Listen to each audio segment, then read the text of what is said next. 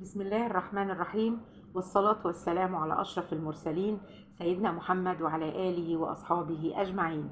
النهاردة يا جماعة معانا صنف عالمي. الصنف ده هو كباب الحلة.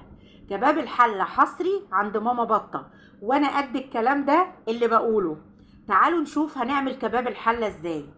فاكرين اللحمة اللي سلقناها في فيديو الفتة وقلنا ان اللحمة هتستوي بس ما تتهريش؟ اللحمة المسلوقة دي انا هعمل منها احلى كباب حلة شفتوه في حياتكم. ولا هتاخد سوا ولا هتفضلي تزودي في مية ولا الكلام ده كله. تعالوا نشوف الاختراع ده هنعمله ازاي باللحمة المسلوقة. خلاص كده معايا كمية من اللحمة، ومعايا حوالي نص كيلو من البصل. كباب الحلة بيحب البصل كتير. ببتدي اقطع البصل ده بطريقة كده دواير، بس الدايرة تكون زي الشيبسي، يعني مش عايزة البصل تخين. سواء هتقطعيه قطع او دواير كده زي ما انا بعمله، ما يبقاش تخين، يبقى البصل رقيق. وببتدي احط 3 معالق من السمنة عليه، وفي الحلة ببدأ ارفعه على النار.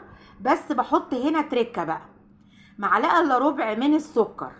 هتدي طعم في منتهى الجمال وتنقل كباب الحلة في حتة تانية، وهتساعد على ان البصل يتكرمل مع السكر.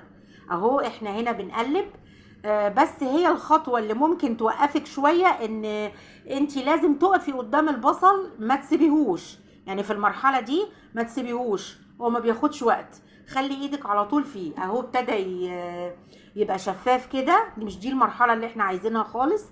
هنبدأ برضو نقلب فيه ونشوف هيوصل لحد فين. تمام كده. ايدي في البصل ما سيبوش خالص عشان ما يتحرقش، ما يغمقش. انا مش عايزاه غامق مع السكر مع السمن. هو ده اللون الذهبي الفاتح اللي انا عايزاه. خلاص وصل للون ده كده. هحط الملح والفلفل فقط، ما بحطش اي حاجة تاني مع كباب الحلة. حطينا الملح والفلفل وادينا تقلبتين كده. بعدين بنزل بمكعبات اللحمة بتاعتي، وبفضل اقلب برضو فيها شوية كده. هو زي الفل، الخطوات ماشية مظبوطة. وبعدين ببتدي احط نص معلقة كبيرة من التوم المفروم. خلاص لحد كده. التوم ده برضو بيفرق جامد في طعم كباب الحلة.